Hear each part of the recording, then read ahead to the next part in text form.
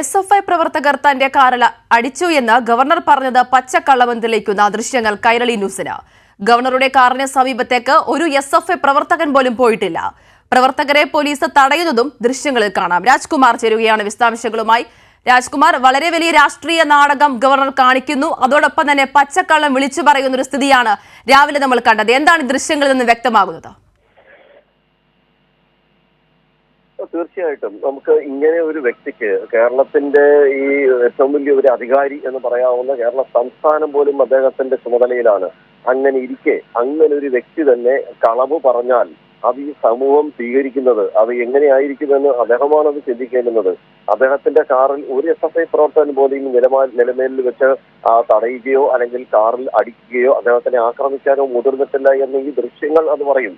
ഇതാണ് അതിന്റെ യഥാർത്ഥ വസ്തുത എന്ന് പറയുന്നത്. ഈ ദൃശ്യങ്ങളാണ് ആ സത്യം വിളിച്ചു പറയുന്നത്. അല്ലെങ്കിൽ നമ്മുടെ നാവ് കൊണ്ട് പറയുന്നതോ അല്ലെങ്കിൽ മറ്റാരെങ്കിലും അങ്ങനെയല്ല SFIക്കാർ പറയുന്നതോ അല്ല. ഇത് അതിലപ്പുറമാണ് ഈ സത്യം. ഈ ദൃശ്യങ്ങളാണ് അതിന്റെ സത്യം പറയുന്നത്. ഇതിൽ ഒരു വ്യക്തി പോലും SFIക്കാർ ഇങ്ങനെ നിലമേലിൽ അദ്ദേഹത്തിന്റെ കാർ വ്യൂഹം കടന്നു വരുമ്പോൾ അതിന്റെ റോഡ് വക്കിൽ ഏറ്റവും സൈഡിലായി നിൽക്കുന്നു.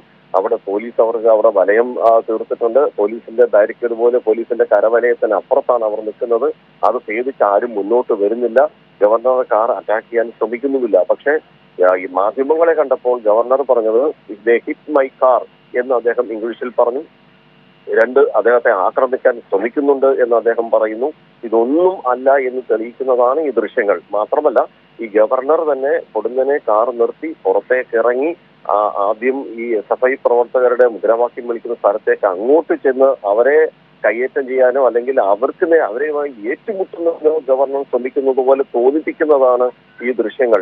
അദ്ദേഹം പോലീസിനോട് നിർദ്ദേശിക്കുന്നു, അവരെ നിങ്ങൾ നേരിടുന്ന അദ്ദേഹത്തിന്റെ ശരീരഭാഷയിൽ തന്നെ നമുക്കത് മനസ്സിലാവും. കൈ അദ്ദേഹം ആംഗ്യം കാണിക്കുന്നത്. അപ്പോൾ സ്വാഭാവികമായും SFIയുടെ മുദ്രാവാക്യം അതുപോലെ അവരുടെ ധ്വനിയായി ഉയർന്നത് വാനോളം അവരുടെ പ്രതിഷേധം ഉയർന്നു. അപ്പോഴും അവർ സംയമനം പാലിച്ചു. അവർ ഗവർണറെ അറ്റാക്ക് ചെയ്യാൻ മുതിർന്നില്ല. പോലീസിന്റെ കൂടി വലയം ഭേദിച്ചാണ് ഗവർണർ സുരക്ഷ നോക്കാതെ പ്രോട്ടോകോൾ ലംഘിച്ചുകൊണ്ട് അവരുടെ മുന്നിലേക്ക് പോയത്. സ്വാഭാവികമായിട്ടും പോലീസിന് അവിടെ നന്നായി അവിടെ പണിയെടുക്കേണ്ടി വന്നു. എന്നിട്ടും പോലീസിനെ അദ്ദേഹം ആ ഘട്ടത്തിൽ പഴി പറഞ്ഞുകൊണ്ടായിരുന്നു നേരയിൽ ജംഗ്ഷനിൽ ഒരു കടയുടെ മുന്നിൽ, ഒരു ജ്യൂസ് കടയുടെ, ഒരു പഴം വിൽക്കുന്ന ഫ്രൂട്ട്സ് വിൽക്കുന്ന ഒരു കടയുടെ മുമ്പിൽ അദ്ദേഹം 1.5 മണിക്കൂറോളം കുത്തിയിരുന്ന് പ്രതിഷേധിച്ചത്. പിന്നീട് ആ സമയത്ത് അദ്ദേഹം മുഖ്യമന്ത്രി വരണമെന്ന് ആവശ്യപ്പെട്ടു, DGP ഇവിടെ വരണമെന്ന് ആവശ്യപ്പെട്ടു, ചീഫ് സെക്രട്ടറി വരണമെന്ന് ആവശ്യപ്പെടുന്നു. പിന്നീട് പ്രധാനമന്ത്രിക്കും കേന്ദ്ര ആഭ്യന്തരമന്ത്രിക്കും താൻ സമീപിക്കാൻ ഒരുങ്ങുകയാണെന്ന് ഭീഷണി മുഴക്കുന്നു. പിന്നീട് FIRന്റെ കേസ് എടുത്തിട്ടുണ്ടെങ്കിൽ FIRന്റെ പകർപ്പ് കാണണമെന്ന് വാശി പിടിക്കുന്നു.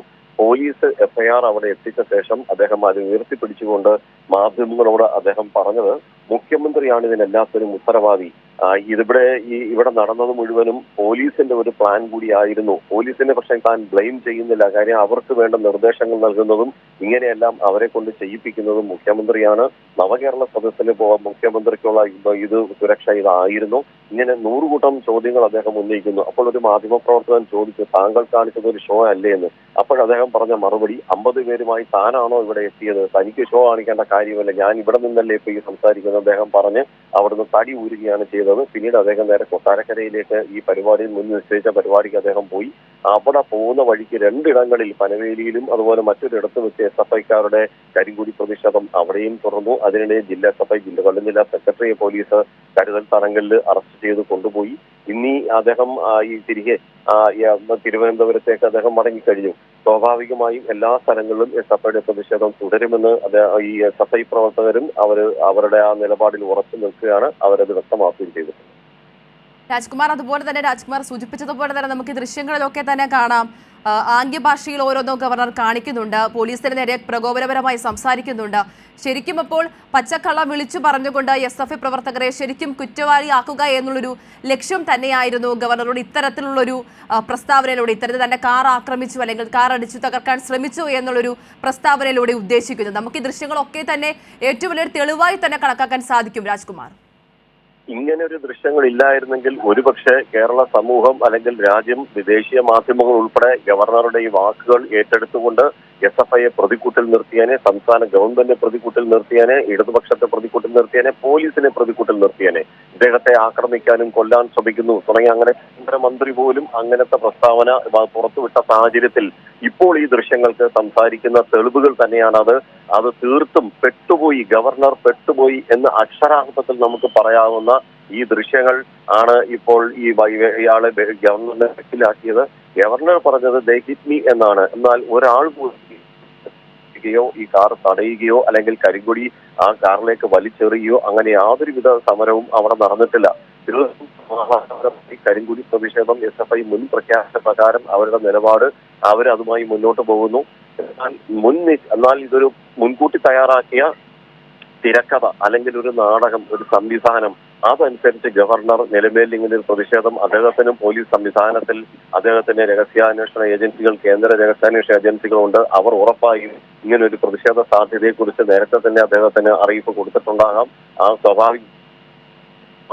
ഒരുപക്ഷെ ഇന്നലെ അദ്ദേഹത്തിന് വെച്ച് തെറ്റുപറ്റിപ്പോയി എന്ന് ഉള്ളിൽ തോന്നിയ ഒരു ക്ഷീണം അകറ്റാനായിരിക്കും ഇങ്ങനെ ഒരു ഡ്രാമ ചെയ്ത് അതെല്ലാം ഇത് നിലവിലുള്ള ഇതെല്ലാം ഒന്ന് എല്ലാം മാറ്റിയെടുക്കുന്നതിനും തനിക്ക് നേരെ ആക്രമണം ഉണ്ടായി അദ്ദേഹം ഒരു ഹീറോ ആവാൻ ശ്രമിച്ചു എന്നുള്ളത് നമുക്ക് ഇതിൽ നിന്ന് മനസ്സിലാവുന്നത്. പക്ഷെ ആ ഹീറോ പോയി ഇപ്പൊ വില്ലനായി എന്നുള്ളതാണ് ഗവർണർക്ക് ഏറ്റവും വലിയ തിരിച്ചടി.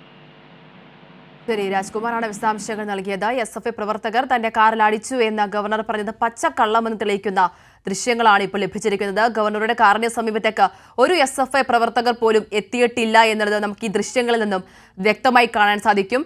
പ്രതിഷേധക്കാരെ പോലീസ് തടയുന്നത് നമുക്ക് ഈ ദൃശ്യങ്ങളിൽ നിന്ന് കാണാം. വിശദാംശങ്ങളാണ് രാജ്കുമാർ പങ്കുവച്ചത്.